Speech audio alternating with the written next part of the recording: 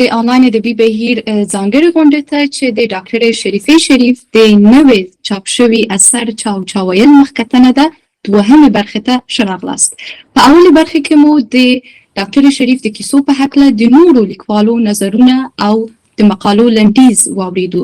په دې برخه کې چې اوس یې پیل کوو د کیسو په اړه به د ډاکټر شریف نظر واورو او دوی به وپوښتو چې د کیسو په هکله څه فکر کوي.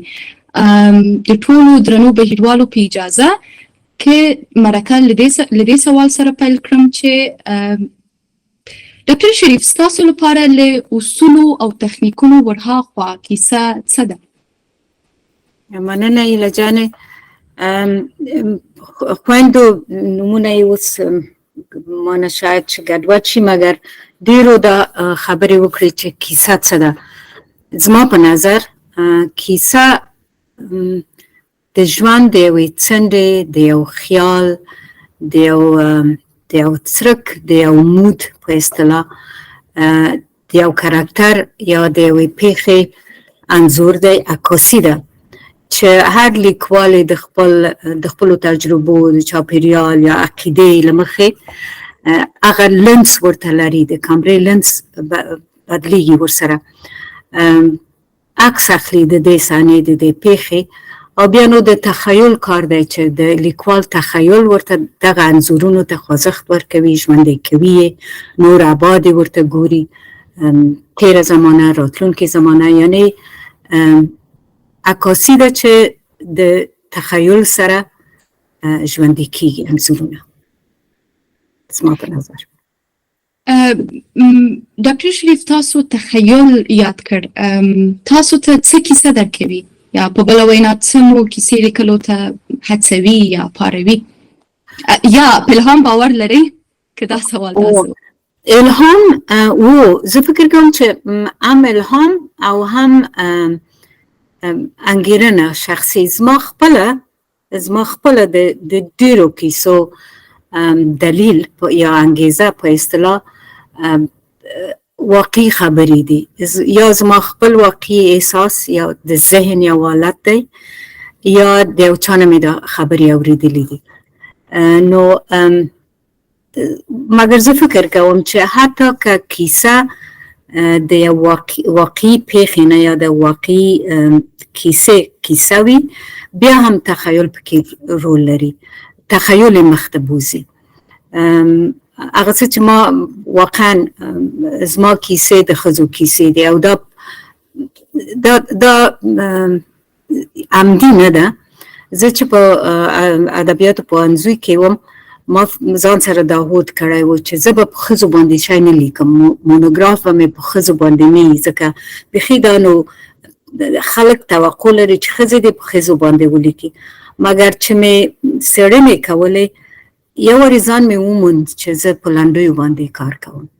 دغسې په کیسو کې هم زه کله مثلا کله د چا زړه شي چې خبرې په زړه کې ډېرې وي که نه چې یو څه ولیکې باید خلکو سره یې شریکې کړې، زه چې په لیکلو پیل وکړم هغه رانه خپله د ښځو کیسه کېږي یا د یو ښځو احساس کېږي.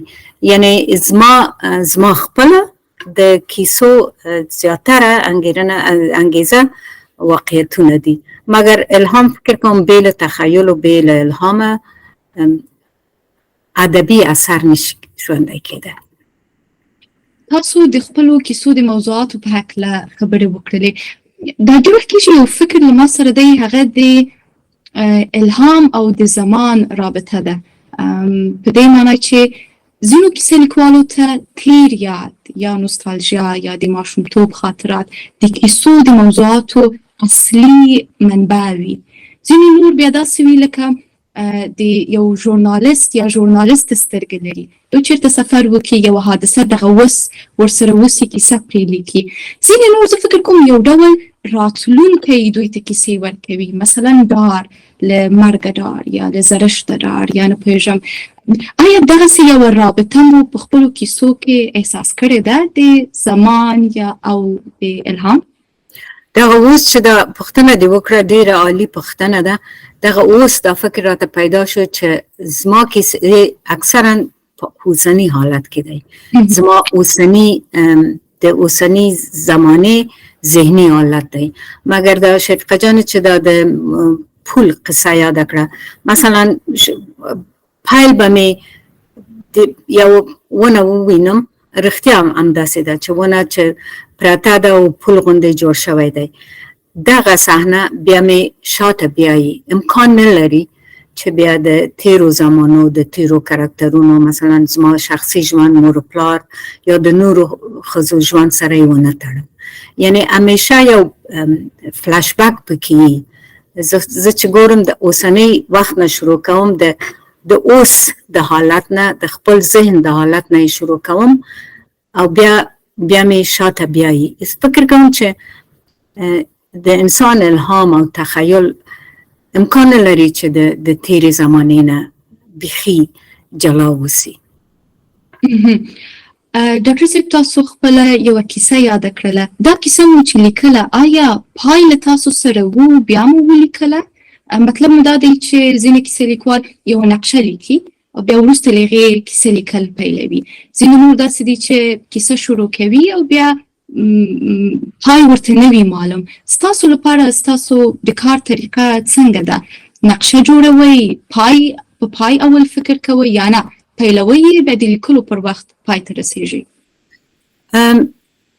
یو شی مې ذهن پاروي، یو کیسه راته وایي. مثلا حتی یوه پاڼه په لاره کې روانه یم، یوه پاڼه خوري، په یو پارک کې یو تشه زانګو ده مثلا.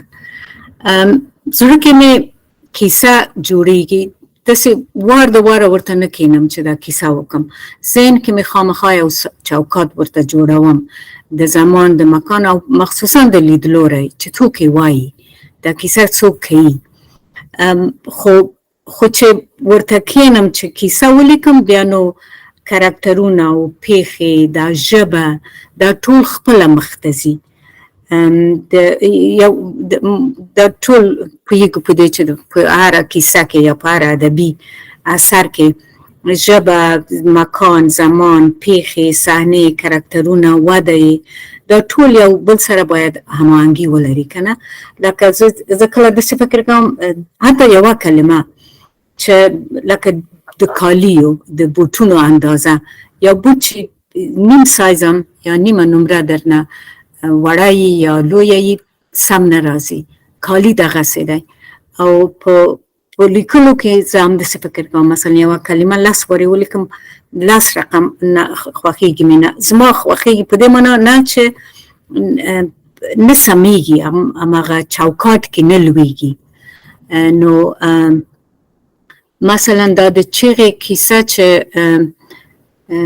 فکر کوم چا ورباندې لیکنې وکړې، وبخئ نو چې همدا اوس لیمه جان ودان، لیمه جانې و. په دغه کیسه که زه ووایم الهام و، الهام یعنی الهام په دې معنا و چې یوه خبره، ما یوه خبره درلوده چې غوښته مې خلکو سره شریکه یې کړم. نو کیسه چې مې لیکله، پای څو وارې مې ولیکل، کرکټر یې را سره نه منل. دا خاپیری کرکټر ما چې ما مثلا غوښته چې دا مړه شي یا هر رقم چې مې کوه، بیا به کمپیوټر به مې تړل، ځکه کرکټر یې نه منل را سره، هماغه داستان یې را سره نه منل.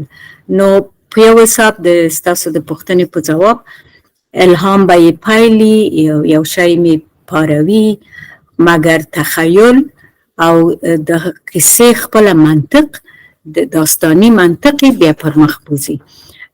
ژوند هم زه فکر کوم داسې ده، ژوند هم یو منطق لري د هر چا. نو پیښې په مغه منطق برابري. ما ته کیسه هم همداسې ده، منطق سره او تخیل سره بیا خپل پر مخ ځي. ډاکټر شریف، ستاسو کیسې چې مې لوستې، تر ډېره یې ما ته سوالونه راکول نسبت دې ته چې ځوابونه راکړي. نو تاسو فکر کوئ چې هنر باید د هنر لپاره وي که د پیغام لپاره وي؟ په بله وینا، تاسو خپله کومې کیسې خوښوئ؟ هغه کیسې چې تاسو ته ځوابونه درکوي که پوښتنې جوړوي؟ 100% کې پوښتنې، 100% کې.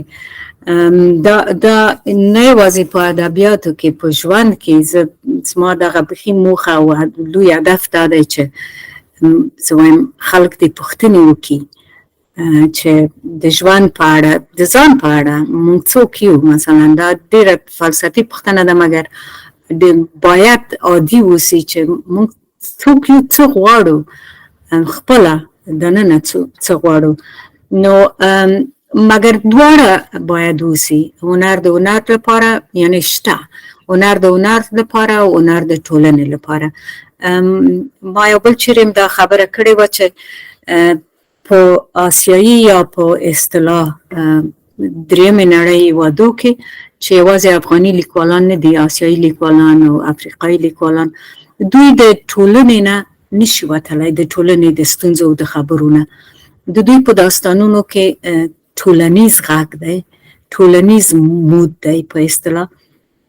حال دا چې په ډېرو لویدیځو لیکوالو په آثارو کې موږ د هنر دپاره لیدای شو. دا ټول د فورمالستان یا سټرکچرالستان چې ورته وایو، دوی ځان ته مکتب لري، ځان ته مسلک لري، سټایل لري. هغوی هم یعنی هنر د هنر لپاره لیکي. مګر ما دپاره شخصا هغه ادبي لیکنه چې د ټولنې یعنی هنداره ټولنې ته مخامخ نه وي نیولې ما ته خوند نه کوي، یا خپله نشم کولی. کله کله مثلا دا هڅه مې کړې، ډېر وخت ځینې کسان وایي چې کیسې باید د واقعیت پر بنا نه وي، تخیل دی وي. ما ډېره هڅه کړې چې مثلا یوازې تخیل، یوازې د ژبې ښکلا، یوازې دا کیدای شي په شعر کې وشي مګر په داستان کې ما تر اوسه دا نه دی کړی. او زما خپله خوښه هنري اثر دی چې ټولنیز غږ پکې وي. البته د هر ادبي اثر یعنی موخه دا هم باید اوسي چې د ښکلا پیژندنې، انسان ښکلا پیژندنه غریزه لري، چې دغه غریزې ته باید یو څه ځواب ووایي د ژبې سره، د اصولو سره، د ادبي سټایل سره په اصطلاح. مګر ما ته شخصا ټولنیز غږ مهم دی. که بیرته ستاسو تازه چاپ شوي کتاب ته راسو چا ویل، ډاکټر شریف په دې مجموعې کې ډېرې کیسې داسې دي چې اصلي مکان په افغانستان نه دی. نو که پوښتنه داسې وکړم چې مهاجرت مو پر کیسو څه اغیزه درلودلې ده؟ مهاجرت خامخا په هر چا اغیزه لري. دا چې سړی مثلا یا انسان یو بل فرهنګ سره مخامخ کیږي، یو بل فرهنګ زده کوي، نور دودونه ګوري، ورسره روږدي کیږي، خامخا ځینې نوي دودونه زده کوي، ځینې د فکر نورې خواوې ورته معلومیږي. نو یو اغیزه چې د مهاجرت زه فکر کوم زما په لیکلو کې معلومیږي او زما په ژوند کې شته، هغه دا ده چې ما سانسور لرې کړی د ځان نه، په خصوصي ژوند کې او په لیکلو کې. یعنی د ذهن نه مې سانسور دغه اجازه را کړې چې د ذهني سانسور لږ کم کم، یعنی فردیت ته مې پام شوی، د خپل ځان او هم د کراکترونو. یو خور دې خبرې ته اشاره وکړه چې رواني ذهني مسایلو ته مې پام شوی، چې دا زه فکر کوم دا آزادي ده، دا خپلواکي ده چې د مهاجرت شرایط یا امکانات راته دغه شی برابر کړی.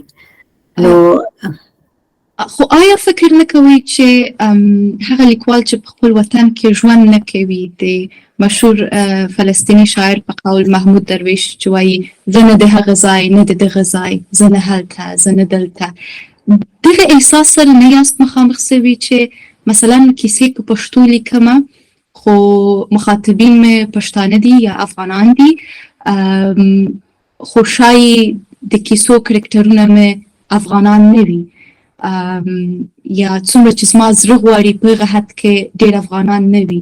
له دې احساس سره حداقل زه په تېرو 2 کلونو کې مخامخ ولم چې ډېر کوشش کوم چې داسې کیسې ولیکم چې اصلي مکان یې افغانستان وي، خو نه کېږي. یعنې ما ډېر زړه غواړي چې د کابل کیسې ولیکم، خو بیا د دې لپاره چې له کابله لرې ژوند کوم نو د کابل کیسې نسم لیکلی.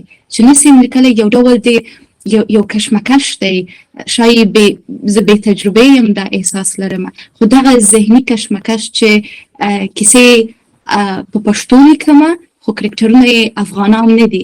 آیا له دغه کشمکش سره تاسو هم مخامخ سوي یاستئ؟ که هو څه مو کړي دي چې لږ ځان راحته کوي؟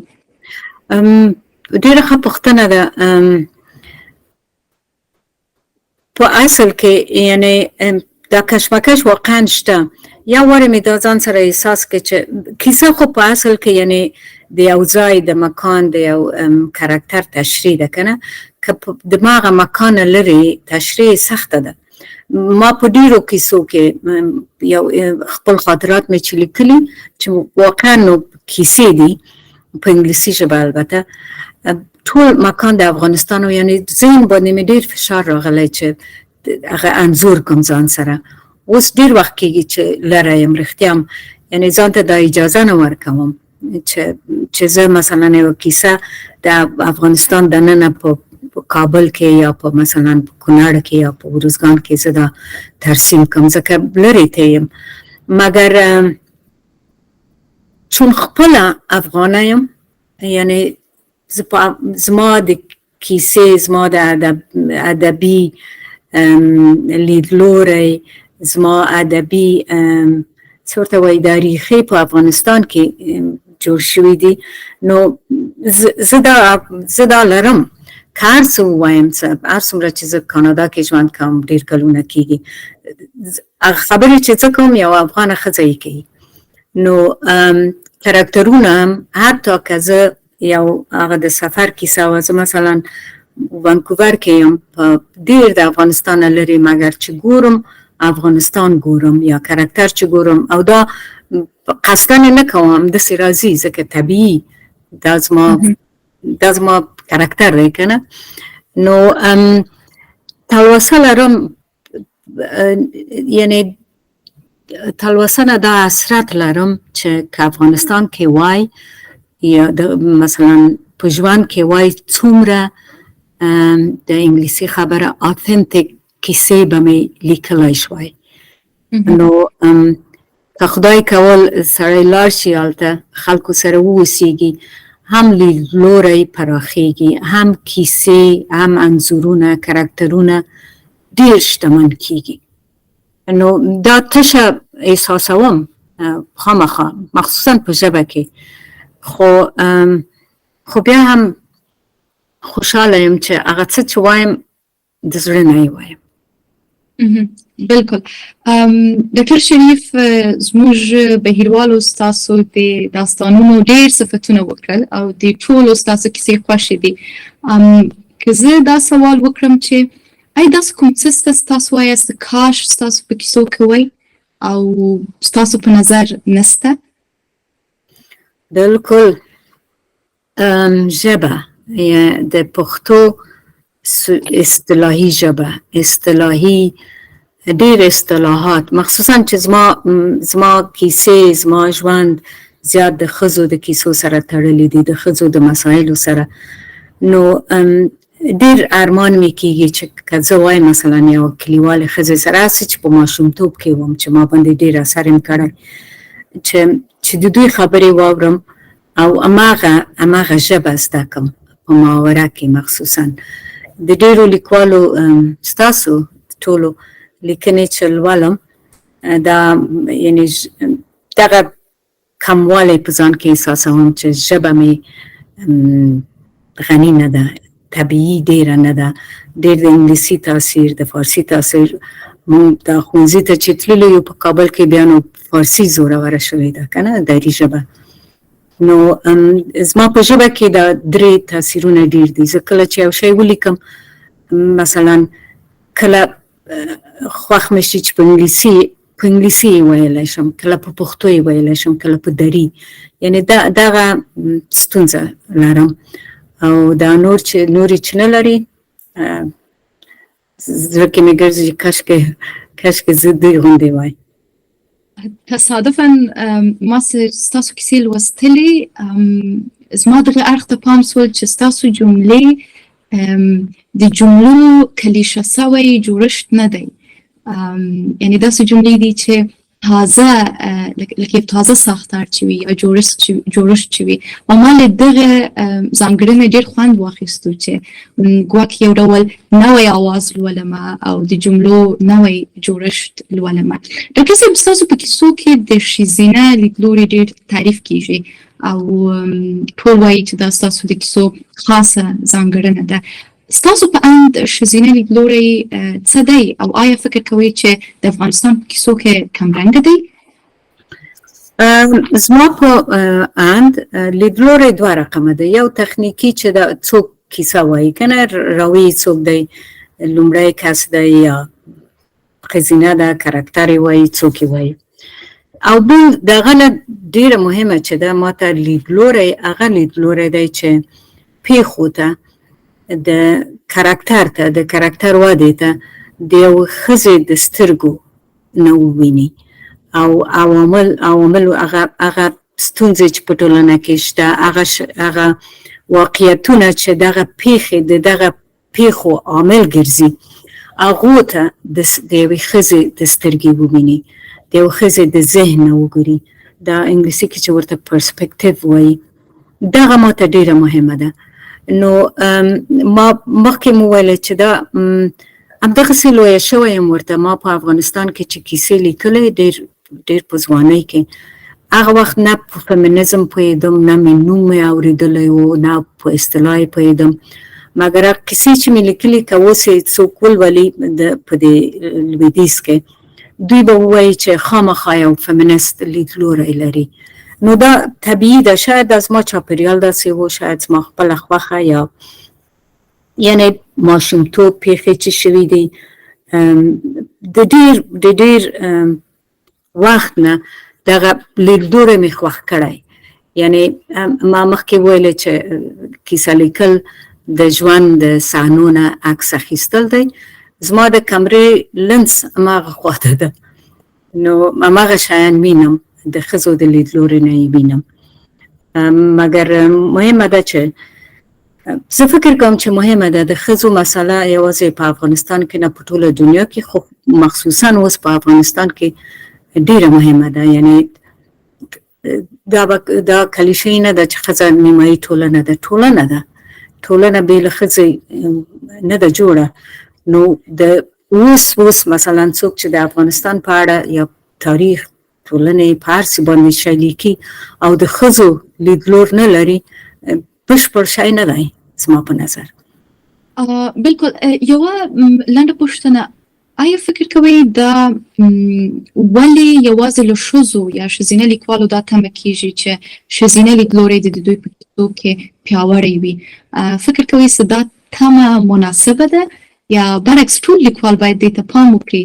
لکه څرنګه چې تاسو ویل چې ښځه ټولنه ده، چې ټولنه ده خو باید هر لیکوال د ټولنې او د ژوند کیسه وکړي. بالکل، بیخي بالکل. مګر یوه خبره ده چې مثلا اول خدا بیخي ناسمه خبره ده چې ښځې دې باید حتما ښځې لیدلوری ولري. ډېر ښځینه لیکوال شته چې بل ذوق لري، ادبي ذوق یې بل رقم دی، مثلا په ماشومانو کیسې لیکي یا پولیسي کیسې لیکي یا ساینس فکشن لیکي. یعنې سړی دا نشي ټپولی په چا باندې چې ته باید دغسې کیسې ولیکې. خو که څوک وایي چې زه د عدالت پلوی یم، زه د برابرۍ پلوی یم، زه ټولنیز عدالت غواړم او زه د ټولنې، زما لیکنې د ټولنې په اړه دي او د یو څه ناڅه د ټولنې د ټولنیزو ستونزو هنداره ده، هغه نو مجبوره دی چې د ښځو لیدلوری ولري، که نارینه وي که ښځینه. او خوشبختانه مخصوصا په د ځوانو لیکوالو کې ځینې نارینه دي چې ښایسته کیسې لیکي د ښځینه لیدلوري سره. مثلا ما د فیصل ځلاند ټولګه ولوسته چې ما ته یې لیږلې وه، تقریبا ډېرې کیسې ښځینه لیدلوري درلودې او داسې نه چې پخواني لیدلوری چې ښځه محکومه ده مظلومه ده او خلاص، مګر شننه د ښځې د ذهن د روان او د په اصطلاح ټول اړخیزه سپړنه د پیښو. نو هم نارینه یې کولی شي هم ښځینه یې کولی شي.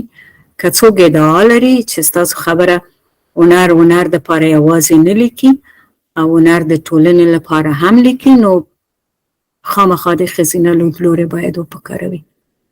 د ښځینه لیدلوري خبرې چې کیږي معمولا د سانسور موضوع سره یادیږي. زما پوښتنه دا ده چې مخکې تاسو وویل چې د مهاجرت یوه ګټه ستاسو لپاره دا وه چې ځان نه سانسوروئ، خو آیا فکر کوئ چې دا سانسور یوازې شعوري وي؟ کله مو یو ډول لاشعوري سانسور هم په ځان کې احساس کړی دی؟ مثلا یو وخت یو چا ماته وویل چې زما په ډیرو کیسو کې ښځې په دیوالونو په منځ کې دي، مثلا یا په کور کې وي یا په یو رستورانت کې وي یا نه پوهېږم، یعنې ما ځان سره فکر کوم چې زه ولې تل ښځینه کرکټر غواړم چې په یو خوندي ځای کې وساتمه. او په دې مسلې مې چې ډېر فکر وکړم مال شاید دغه لاشعوري سانسور دی چې د یو ډول زما په ذهن کې پروت دی. کله چې طبعا په نارواکې ټولنه کې یو ښځه یا یو نارینه رالویږي، نو د ټولنې په مقابل کې یو ډول شعوري او لاشعوري سانسور ممکن د لیکوال په ذهن کې وي. دغسې سانسور تاسو احساس کړی دی په خپلو کیسو کې؟ تر یوه حده په افغانستان کې چې وم خو بیخي زیات سانسور. ستاسو خبره زما په اند هم څو رقمه دی. یو ټولنیز سانسور دی، یو قانوني سانسور دی په اصطلاح، چې اوس په افغانستان کې مونږ قانوني سانسور یو که نه چې خبرې وکړو، یا ښځې سانسوري دي. یو بل ټولنیز یا دودیز سانسورونه دي چې یو خبره د دودونو سره سم نه وي یا په اصطلاح اساسیت پاره، او بل فردي سانسور دی چې زه فکر کوم چې دغه چې تاسو ورته لاشعوري وایاست، دغه لاشعوري سانسور هم د ټپل شوي سانسورونو نتیجه ده چې دا فردي سانسور مونږ ډیر لرو. ما د خپل خاطرې چې لیکلي په انګلیسي کې چاپ شوي او کال ته لخیر لسره چاپیږي. زما ډیر د ماشومتوب تجربې دي، زما خپلې تجربې دي د زور زیاتي په ماشومانو باندې چې څومره زور زیاتی کیږي، څومره تیری کیږي. ډیرو کسانو راته ویلي چې دا وژباړه په دري یا په پښتو. زه ورته آماده نه یم، یعنې خپله ځان سانسوروم. دلته امکانات شته، زه خوندي یم، مګر دا ستا خبره لاشعوري ده یا شعوري ده. زه فکر کوم چې ښځو ته دا مجبوري ده، دا شته، ځکه زموږ ژوند نورو سره تړلی دی که نه، د کورنۍ سره. که څه وایې که ډېر رښتیا نشي ویلی، یا هغه څه چې په زړه دی نشي ویلی، ځکه یا د ورور ته ضرر رسیږي یا د پلار ته یا محیط ته یا څه ته. نو دا خبره حتی په نورو کې هم شته. د یوه ایرانۍ د خپل ژوند خاطرې لیکلې وی او ویلي و چې زما له مرګ نه وروسته باید چاپ شي، ځکه داسې خبرې وی چې نه یې کورنۍ ورته آماده وه او نه یې محیط. نو دا سانسور شته، مګر زه فکر کوم چې د نورو افغانو لیکوالو په پرتله زه ځان لږ سانسوروم. که ستاسو اجازه وي د غونډې په دې برخه کې به له بهیروالو واورو که دوی پوښتنه لري. ما ته دلته داسې ښکاري چې ګلالۍ جانه مومند پوښتنه لري. ګلالۍ جانې، په کتاب ولوسته او په هغه کتاب کې هره کیسه دومره په زړه پورې توګه لیکل شوی و چې زه د پیل نه تر اخره پورې د ځان سره تړلې ساتلې یم. عنوان یو ډول، د کیسې محتوا بل ډول، او په د پیښې په لټه کې وم الدا چې له پیله تر پایه پورې ټوله پیښه وه، یعنې ډېر یو په عالي انداز باندې دغه کیسې لیکل شوې وې. نو تاسې خو کیسې ډېرې لیکلي دي او هیله جانې هم ډېرې متفاوتې او په زړه پورې پوښتنې لرلې. اما زما دغه پوښتنه ده چې تاسې تر کومه حده د خپلو کیسو نه راضي یاستئ؟ که یعنې دغه د یوه برخه تاسو بیان کړله چې د ژبې له اړخه ممکن تاسو نور هم ښه کولی شول چې په ښه توګه خپلې کیسې ولیکئ، اما د محتوا له اړخه ستاسې کومه کیسه تر ټولو غوره کیسه بولئ او یا تر کومه حده راضي یاست خپلې لیکوالۍ نه؟ والله زه فکر کوم چې هیڅ لیکوال زه نه پیږم نو داسې لیکوال چې به بیخي راضي وي د خپلو لیکنو نه کم به وي. زه راضي نه یم او کله کله دا انتقادونه چې اورم، مثلا دا یو انتقاد و یو وخت مې اورېده د یو ګروپ نه چې کیسه دې باید واقعي نه وي، کیسه دې باید واقعي نه وي، او ما چې کتل مال دا خو زما کیسې ټولې واقعي پیښې دي یا واقعي زما کیسې دي، زما د ذهن کیسې دي. یا مثلا ځینې خلک وایي چې او دا پښتو د فارسی ترجمه ده یا د انګلیسي ترجمه ده. هغه هم زه یو رقم ځان ته دغه شم چې شکمنه شم چې وویل زما هم همداسې ده. نو زه کمې کیسې لیکم چې لیکم تر اوسه، یعنې دا تاسو نقدونه چې مې واورېدل خو ما ډېرې ښې کیسې لیکلي دي ستاسو د نقدونو په اساس، مګر یعنې سل په سلو کې راضي نه یم، مګر هغه خبرې چې مې غوښتې هغه مې کړي دي، او مخصوصا نن چې مې واورېدلې ستاسو د نقدونو نه دا چې دا لوستونکي یا تاسې په خبرې پوه شوي یاست، دا خبره ما رسولې ده، دغه ماته ډېر لوی قناعت دی. واقعا زه وهڅېدم چې نورې کیسې ولیکم، ځکه ما فکر کاوه چې دا زما کیسې کله کله چې یو کیسه لیکم وایم لوستونکي به ووایي چې دا نو څه، او کیدای هم شي چې ډېر لوستونکي به دا ووایي، خو مګر خپله خبره مې کړې ده، او مخصوصا نن زه ډېر هیلهمنه شوم چې یعنې لوستونکي شته چې خبرې اوري او هغه څه چې ما غوښته هغه خبرې مې کړې دي. له زمزمه جانې به واورو چې څه پوښتنه لري. زمزمه جانې. السلام علیکم. سلامونه. د آنلاین ادبي ګروپ ټولو غړو ته ډېره زیاته خوشحاله یم چې تاسو سره مې په ننني بهیر کې ونډه اخیستې ده او ستاسو ټولو قدرمنو خوږې خبرې مې واورېدلې.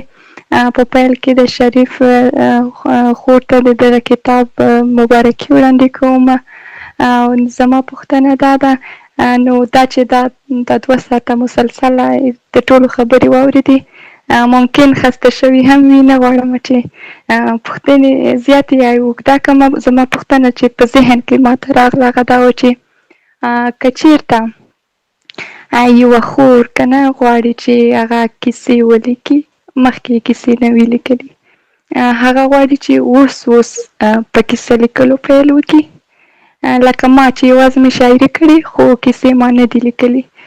که زه وغواړم چې اوس زه پیل وکړم که نه په کیسو باندې، تجربه هم نه لرم، مخکې مې کیسې هم نه دي لیکلي، نو باید د شریف صاحب هغه باندې په فکر باندې کومو ټکو ته باید نوي لیکواله پام وکړي، چې باید څه وکړي، کومو ټکو ته پام وکړي چې دا کیسه ولیکي. د لنډو کیسو لیکلو یا د داستان لیکلو اصول دومره کوم سخته فارمولا نه ده، فقط هغه ده چې یو منطق ولري، ډېر تصادفي خبرې پکې نه اوسي، ډرامه پکې ونه اوسي، هندي فلمونه چې هیڅ د چا باور نه راځي هغه شی دې ونه اوسي، یا بیخي د راپور هم ونه اوسي، لږ تخیل ولري، لږ منطق ولري، او خپل هغه څه چې ګوري، هغه څه چې ورته فکر کوي، انځورونه ورته وګوري، سمبولونه ولیکي، چې یو وارې چې په لیکلو پیل وکړي زه مطمئنه یم چې ښه کیسه به ولیکي.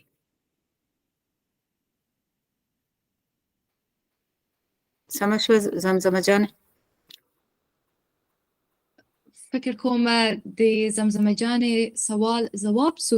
ډاکټر شریف کې د افغانستان داستان ته راسو، تاسو د سولې د وخت د فرهنګي محیط تجربه لري او بیا د جمهوریت د فرهنګي محیط تجربه هم لري. جمهوریت ځکه یادوم چې تاسو په هغې وخت کې په افغانستان کې کار وکړ. د دغو دواړو توپیر په څه کې و؟ یا په بله وینا د سولې د وخت د فرهنګي محیط خصوصیات څه ول؟ یوه بله پوښتنه هم لرم او هغه دا چې کله چې تاسو کیسې پیل کړلې ډېرو خلکو کیسې نه لیکلې، څنګه مو لنډو کیسو ته پام سو؟ ډیره مننه هیله جانې د پوښتنو نه. اول خو زه د سولې د وخت او د سولې په وخت کې لویه شوې یم او زده کړه مې کړې، مګر سوله یوه خبره باید وکړم چې سوله ډېر لوی مفهوم دی، یوازې د جګړې نشتوالی نه دی. او زه فکر کوم چې د افغانستان ښځو یا شاید د نړۍ ډېرو ښځو هېڅکله بشپړه سوله نه درلوده، چې بشپړه سوله دا د ویلو د کړو د انتخاب حق دی چې هغه موږ هېڅکله یعنی کامل اندازه نه درلوده، یعنی مګر خو سیاسي امنیت و. زما په وخت کې زه خپله ډېر هڅېدلی یم، یعنی خلکو هڅولی یم. هغه وخت کې مثلا چې سوله وه یعنی امنیت و، د راشه درشه تګ و راتګ مسایل آسانه و. مثلا ما په خپله استادانو سره ډېر لیدل. شپون صاحب خدای دې وبخښي، زه به زموږ استاد و ډېر کم وخت کې بیا لاړ ملګرو ملتو کې کار کوو. زه به ډېر ورتلم د ده دفتر ته، خبرې به مې ورسره کولې، پوښتنې مې کولې. دغسې نور لیکوال مثلا یو شی چې به مې لیکل یادېږي مې چې لایق صاحب کور ته لاړم او شعر مې ورنه واخیست. یعنی دغسې زمینې موږ ته ډېرې مساعدې وي. زه فکر کوم په ادبیاتو کې، په هر شي کې شاید په ادبیاتو کې بیا هم د انګلیسي اصطلاح په کاروم وبخئ، رول ماډل دا ډېر مهم دی چې څوک درته رول ماډل کیږي. موږ یې درلوده او زمینې هم برابرې وې چې ورنه مخامخ ورسره خبرې وکړو، زده کړو. او هڅونې هم ډېرې وې، سیمینارونه ډېر وو، کنفرانسونه ډېر وو. زه خپله واقعا چې ډېر هڅېدلی یم. یو وار یو چا راته وویل ته دومره ته چې موقع لرې په دې ده چې ته ښځه یې. او رښتیا هغه وخت کې دغه احساس موجود و چې ښځو ته باید موقع ورکړ شي. نو دا د سولې وخت و. د جمهوریت په وخت کې چې البته زما ژوند په کابل کې تقریبا محدود و، یا په رادیو کې چې ډېر کار مې ډېر یعنی تماس مې درلود. د جمهوریت د وخت یو امتیاز زما په نظر د خواله رسنۍ وي.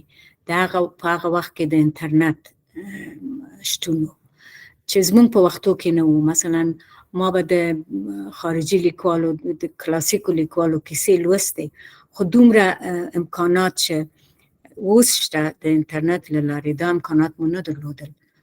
نو په جمهوریت کې دغه امتیاز و چې خلکو ته دغه امتیاز مساعد و.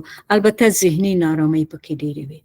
ظاهرا امنیت به و مګر ذهني نارامۍ بیخي زیات ډېر و.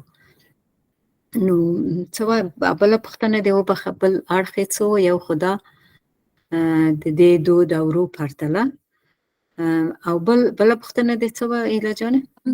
همدغه پوښتنه وه ډاکټر شریف. یوه بله پوښتنه به وکړم. تاسو د خواله رسنۍ یاد کړلې او دا مو وویل چې اوس ډېر لوی امتیاز دی. دغه روان بهیر په پښتو داستان کې څنګه ارزوئ؟ امیدواره یاست ځوانانو ته؟ فکر کوئ چې ښه روان یو؟ دا پوښتنه ځکه کوم چې داستان په نورو دنیا کې بیخي ډېر لیکل کیږي، خو زموږ په وطن کې لا هم کم لیکل کیږي. خو زه داسې احساس کوم چې په تیرو څو لسیزو کې د داستان اهمیت وار په وار ډېر سوی دی. فکر کوئ د دغې اهمیت علتونه څه دي؟ زه فکر کوم بیا هم همدغه نړیوالو ادبیاتو سره آشنایي ده. مخکې موږ دا نه درلودل. اوس د ادب د نړیوالو اصولو تدریس کیږي، شاګردان روزل کیږي. او یو خو د په ادبیاتو کې اول خو ادبیات په ډیرو ټولنو کې مخصوصا ښځو ته دومره موقع نه ورکول کیږي. ادبیات خلک فکر کوي چې دومره اهمیت نه لري. بیا په ادبیاتو کې شاعري مهمه ده، کیسه لیکل دومره پخوا به همداسې انګېرنې کېدلې چې کیسه لیکل مهمه نه ده. مګر اوس چې خلک آشنا شوي دي نړیوالو ادبیاتو سره ګورو چې دغه یعنی ژوند، تاریخ، ټولنه ټول په دې ناولونو کې په داستانونو کې بیانېږي. زه خپله چې کله فکر کوم مثلا د مکسیکو د مکسیکویانو د مهاجرت او د چې امریکې ته دوی راځي چې څومره خبرونه پکې ویل کیږي کنه. زما بیخي عمیق درک د یو ناول نشوی چې په ناول کې مې لوستي چې یو کورنۍ څنګه تښتي، څنګه شیانو سره مخامخ کیږي. نو د داستان اهمیت ورو په افغانستان کې هم له نیکه مرغه زیات شوی. زه خوشبینه یم، خلک ډېر انتقادونه کوي، زه اوس ورته خوشبینه یم. زه فکر کوم پرمختګ شته خو لږ ورو. یعنی پخوا په هغو لسیزو کې ادبیات یا داستانی ادبیات اکثرا میلودراما و، یعنی مبالغه، تصادفونه، ښه او بد، تور و سپین کرکترونه، یا ښه یا بد و، یا په آخره کې یو پیښه و بیا اوج و په آخره کې او یو څوک یو خبره کې یو ټول بدلیږي. دغه مود چې ډیره وخت دوام درلود.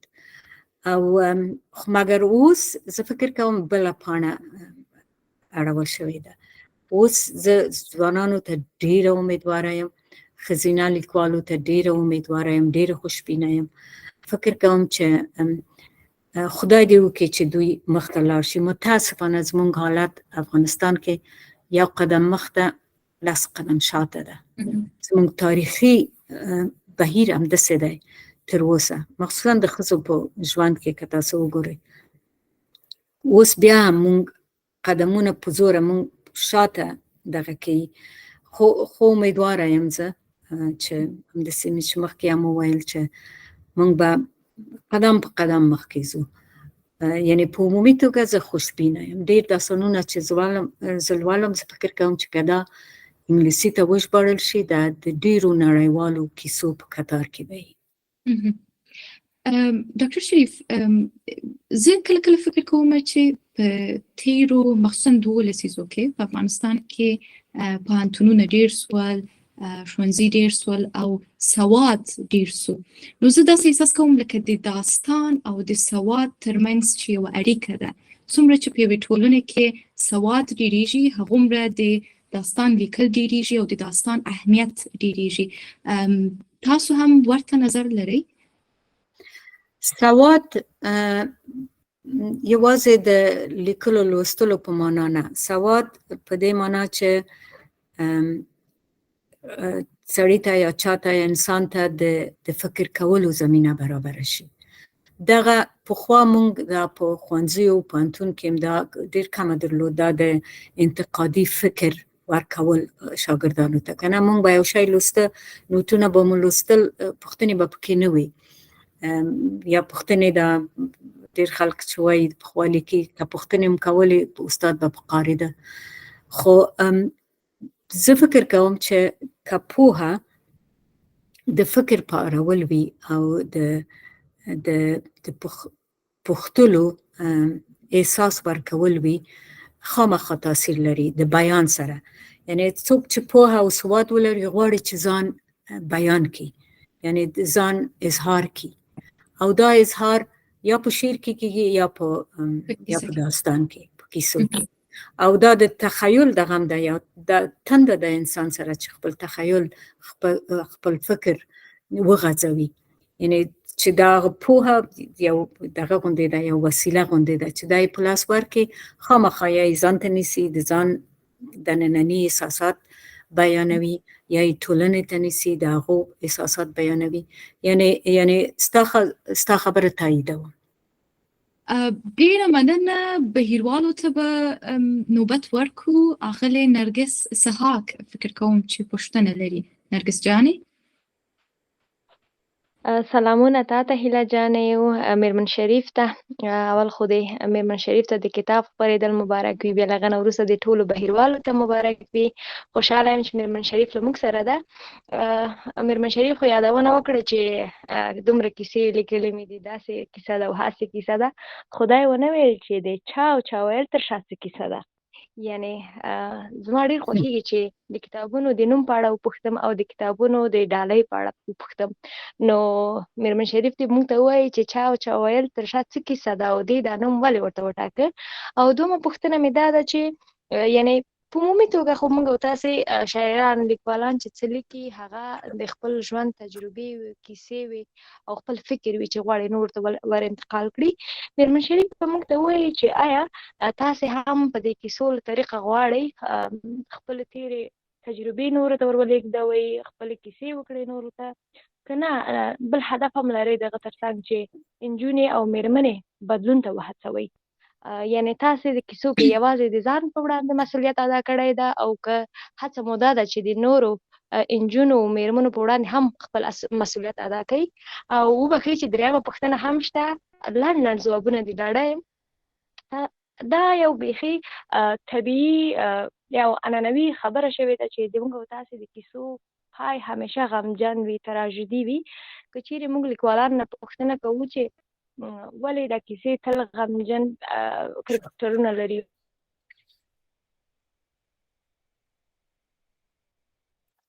ناکامي یا منفي اړخ باندې پای ته رسیږي، نو موږ ته دا ځواب ویل کېږي چې ځکه چې دا زموږ او تاسې د ټولنې حقیقت ده. زه دا پوښتنه کوم له میرمن شریف نه چې آیا تاسې هم خپلو کیسو کې تر ډېره هماغه غمجنې کیسو باندې پای ته ورسوئ، که نه تاسې غواړئ چې دغه منفي اړخونه چې دي د کیسو د پای تاسې دغه مثبت ته راواړوئ؟ ډېره مننه، وبښئ چې 3 پوښتنې شوې.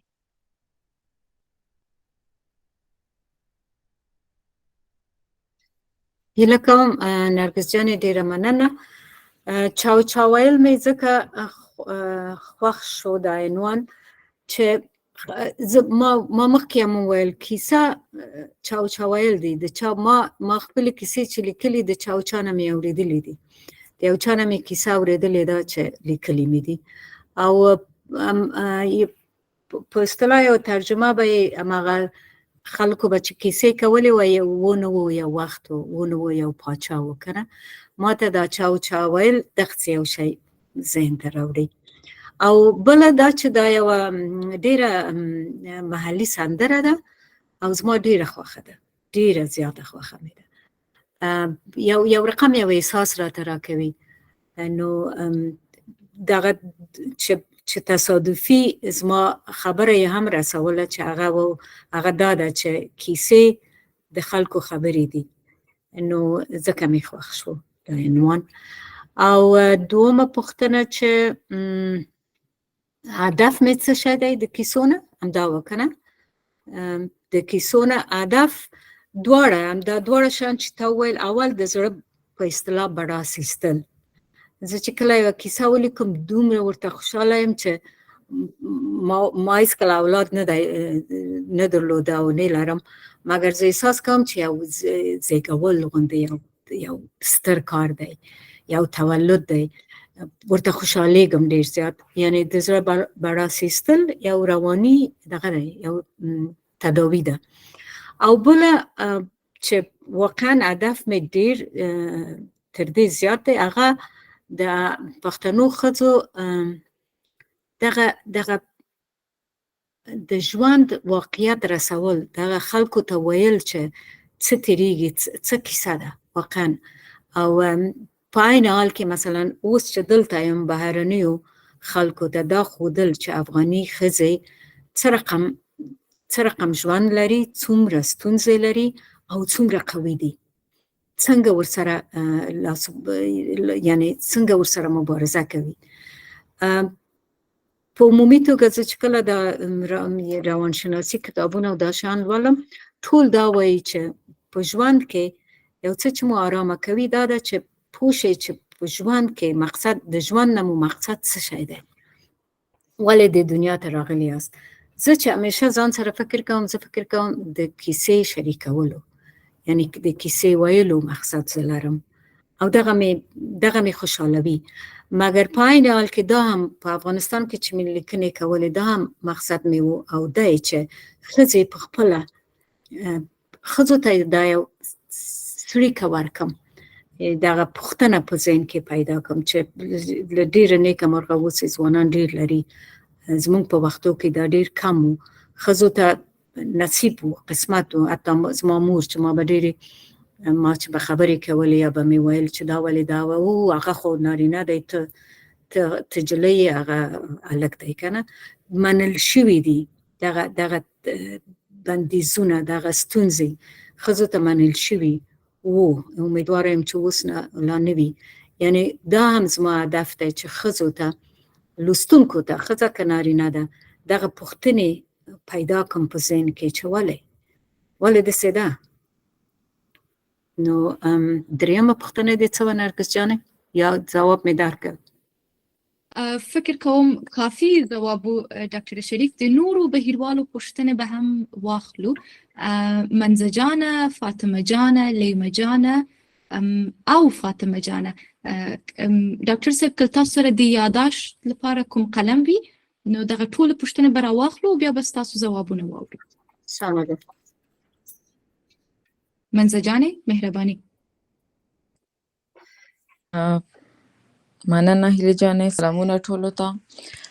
لومړی خو د کتاب مبارکي ورکوم اغلې شریف ته او ټولو بهیروالو ته، او ډېر زیات خوشحاله یم چې د ځانګړې غونډه کې حضور لرم. د ډاکټر شریف په خبرو کې ما واورېدل چې تاسو ویلې هر انسان یوه کیسه لري که نه، هر انسان یو ځان ته یوه کیسه لري. ما چې فکر وکړ په دې باندې، زه تاسو خبرو ته ډېر زیات متوجه وم، نو ما ته دا ذهن ته راغل چې انسان د ما په نظر یوه کیسه نه دوه کیسې لري، یوه د خلکو په نظر او یوه د دې کس خپل په نظر. نو که په دې کې راسره موافق یاست، بیا زه دا پوښتنه لرم چې آیا دغه انسان چې خپله د ځان په اړه کوم نظر لري، یا کوم زاویه د فکر لري، یا کوم حقایق چې دته معلوم اوسېږي، او کوم خلک چې د شاوخوا نه ګوري د ظاهر باندې چې قضاوت کوي، طبعا دغه دوه کیسې به ډېر فرق لري که ولیکل شي، که کرکټر خپله ولیکي او که خلک یې دغې په اړه ولیکي. نو تاسو که داسې کومه کیسه لیکلې د چا په اړه، تاسو څه فکر کوئ چې څومره به همدغه کیسه په صداقت او څومره به په عدالت سره لیکلي اوسېږي دغه کرکټر په وړاندې؟ یعنې که مثلا زه ځان یو کرکټر فرض کړم او د ما کیسه څوک ولیکي، زه هېڅ ورته حق نه ورکوم چې هغه کیسه دې سمه اوسېږي، ځکه زه چې ځان په اړه څومره پوهېږم، زه چې خپل د ژوند هغه حقایق چې ما ته معلوم دي او هغه علتونه د ما د تصمیم ګیري یا د ما د ژوند د اړخونو، نو هغه نشي کېدای چې هغې ته معلوم اوسېږي او هغه کیسه لیکي. نو تاسو څه فکر کوئ چې تاسو به څومره دغه حق ادا کړی او دغه کرکټر به څومره راځي د تاسو نه؟ د لیمې جانې عزیز پوښتنه به واورو. لیمه جانې مهرباني.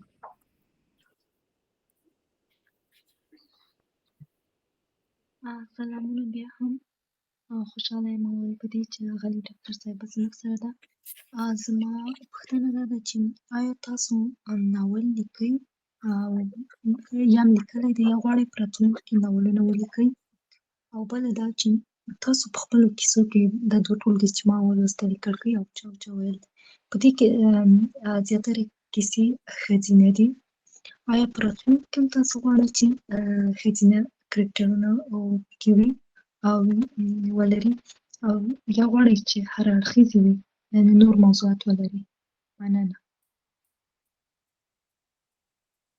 فاطمه جان اعظم ستاسو سوال به هم واورو.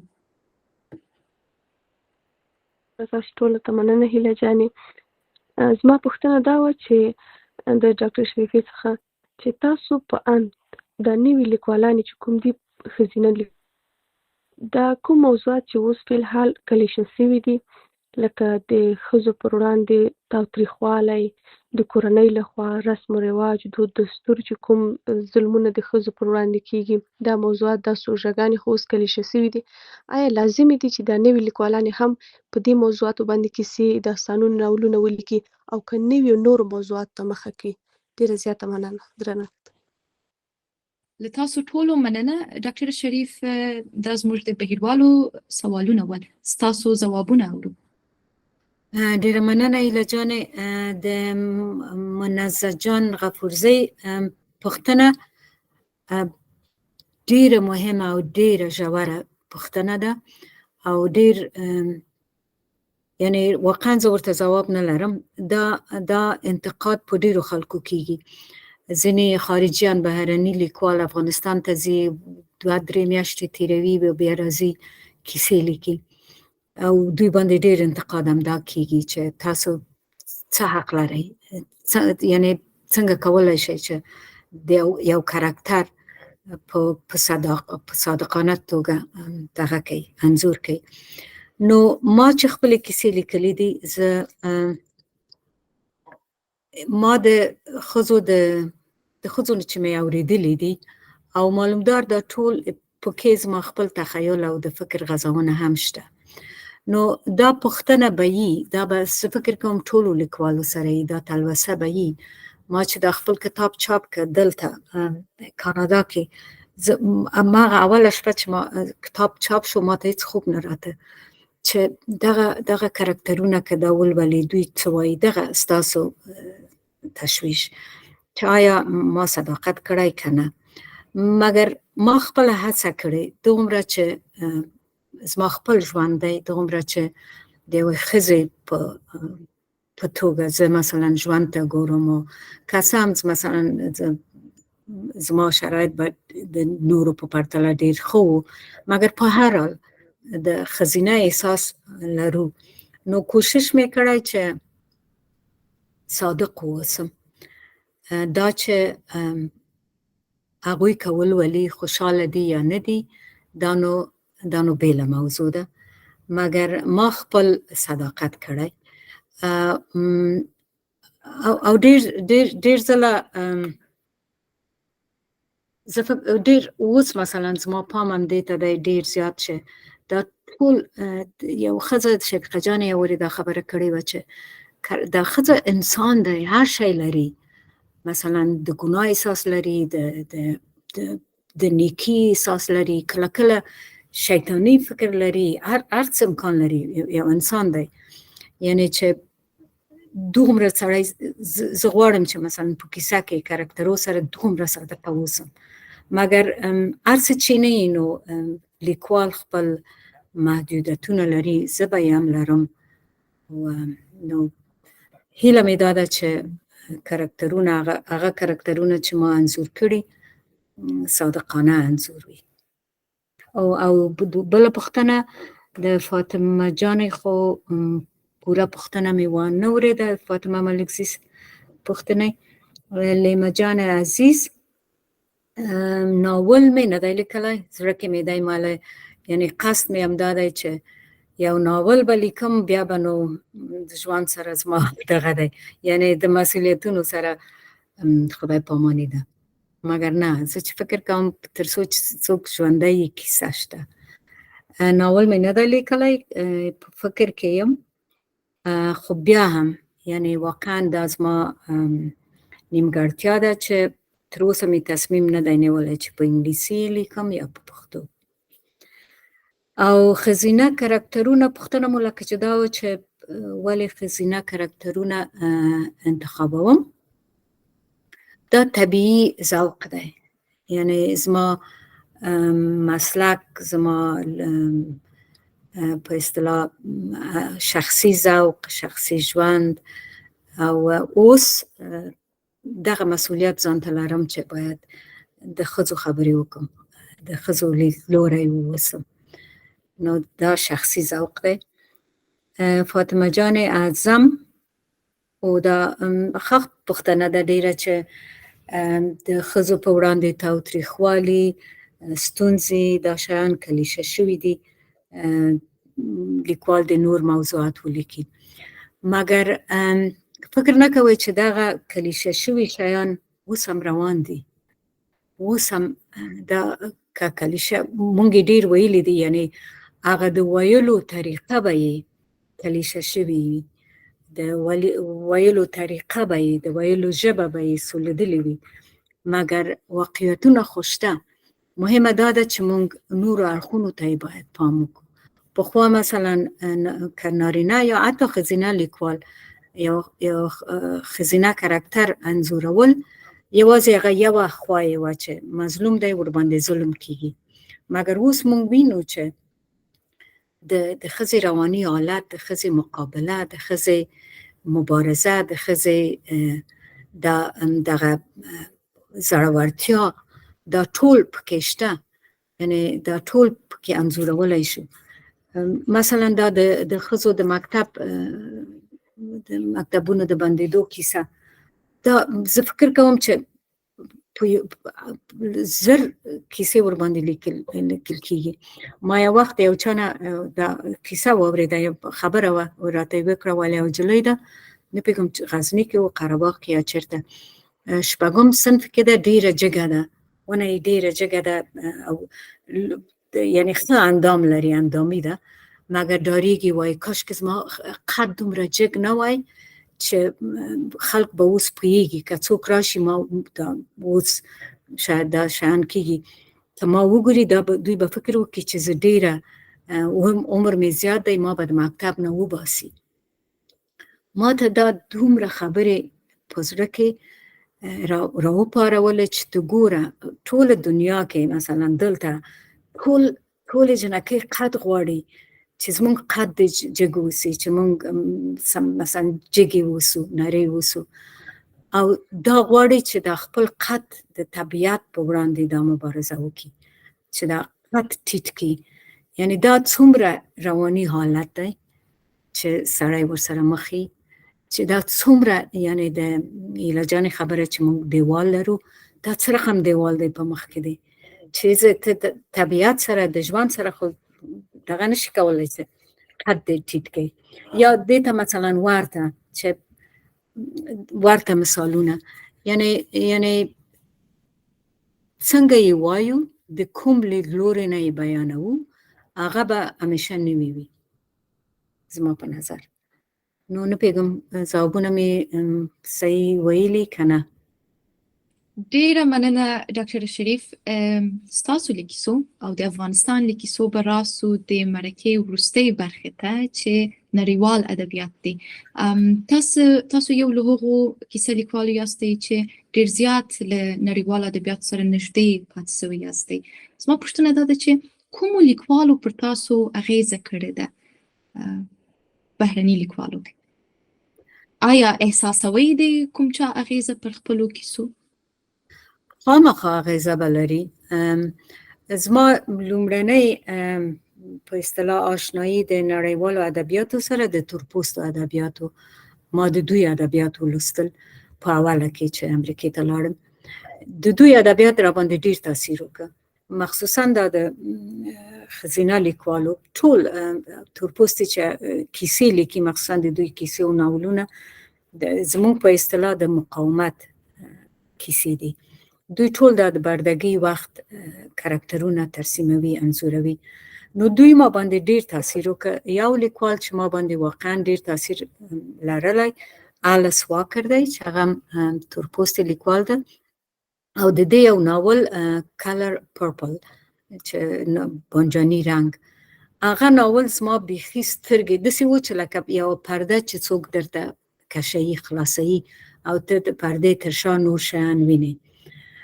ما مخکې مو ویل چې زما لیدلوری، زما ښځینه لیدلوری د پخوا نه و، د افغانستان نه و، مګر د دوی د ادبیاتو سره دغه لیدلوری ډېر پراخ شو، راته ډېر یو رقم راته دغه شو، یعنې تایید شو چې زه هم دا خبرې کوم. دوی د خپل تاریخ او د خپل ستونزو له مخې یې کوي، زه له خپله سترګو یې کوم. نو دوی را باندې تاثیر کړی. هماغسې توني موریسن چې ناول لیکونکی دی، ژبه یې ډېره سخته ده، مګر ناولونه یې، کیسې، نو داسې چې د چا د سبک را باندې تاثیر کړی داسې آگاهانه به نه وي، نه پوهېږم، مګر خامخا تاثیر به یې کړی وي. ډاکټر صاحب د وروستۍ پوښتنې په توګه کې وپوښتم چې هغه کوم 3 شیان دي چې په نړیوالو کیسو کې شته او تاسو ارمان کوئ چې کاش په د افغانستان په کیسو کې هم وای؟ اول خو هماغه د سانسور خبره ده، د بیان د ازادۍ چې هم څو لړۍ لري، اول قانوني، ټولنیز، دودیز، بیا فردي. زه فکر کوم زموږ لیکوال نارینه دي که ښځینه د فردیت ته یې دومره پام نه دی شوی، یا پام نه کوي یا نه غواړي یا ستونزې لري.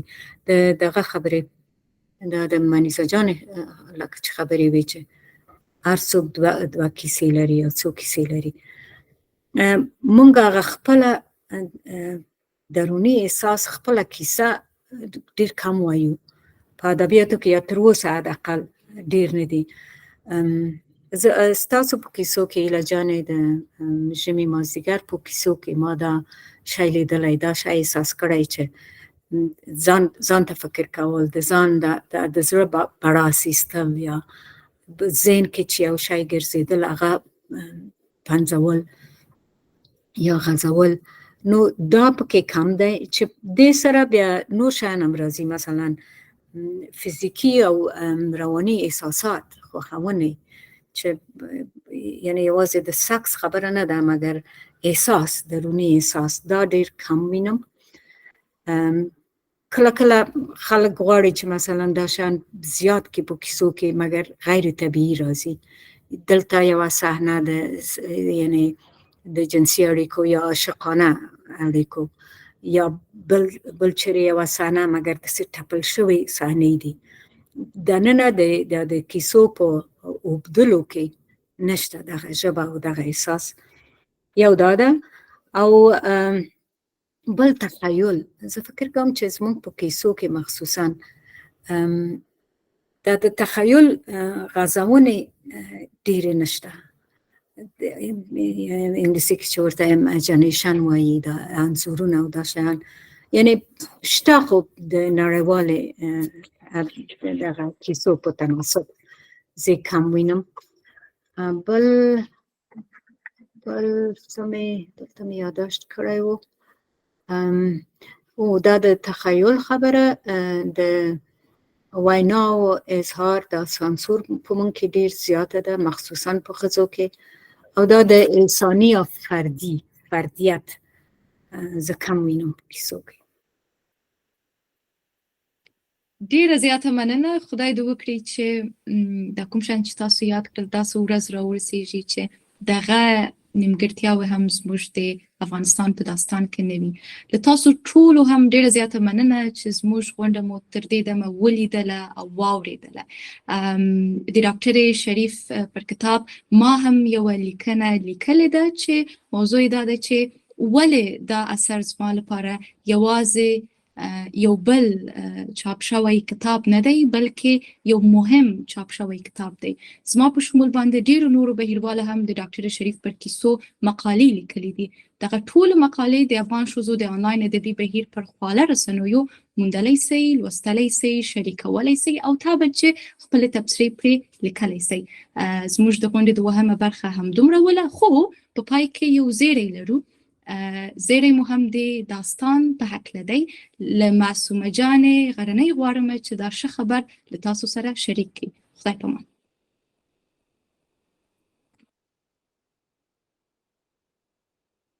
سلامونه او درنښت ډاکټر صاحب شریف ته او د بهیر ټولو درنو او قدرمنو خویندو ته. په دې هیله چې ټولې به روغې جوړې یاستئ او له نننۍ غونډې نه به مو زما په څېر خوند اخیستی یئ. د چا ویل د کتاب چاپ دی، موږ ټولو ته یو ځل بیا مبارک وي. فکر کوم دا نننۍ ښکلې غونډه به په یوه ښکلي زیري راټوله کړو. تاسې به هم اورېدلي وي چې زموږ په خلکو کې یوه خبره ده چې وایي پل یې بختور کړي. نو زه فکر کوم د اغلې شریف د کتاب د مخکتنې پل بختور دی. د چا ویل د کتاب د مخ په شغلو کې زموږ د یوې بلې خور لیمې ودان د کتاب آنلاین چاپ وځلید. دا کتاب د لنډو کیسو یو عملي لارښود دی چې لیمه جانې د خپل هر اړخیز 15 ورځني سیمینار ټول مطالب کې راغونډ کړي دي. په کتاب کې د لنډو کیسو په سوژې، د موضوع په انتخاب، پیښې یا پلاټ، پیغام او پای بحث او ارزونه شوې. په دې هیله چې دا کتاب به د لنډو کیسو لیکلو په آرشیف کې د ښو او ګټورو کتابونو په کتار کې پاتې شي.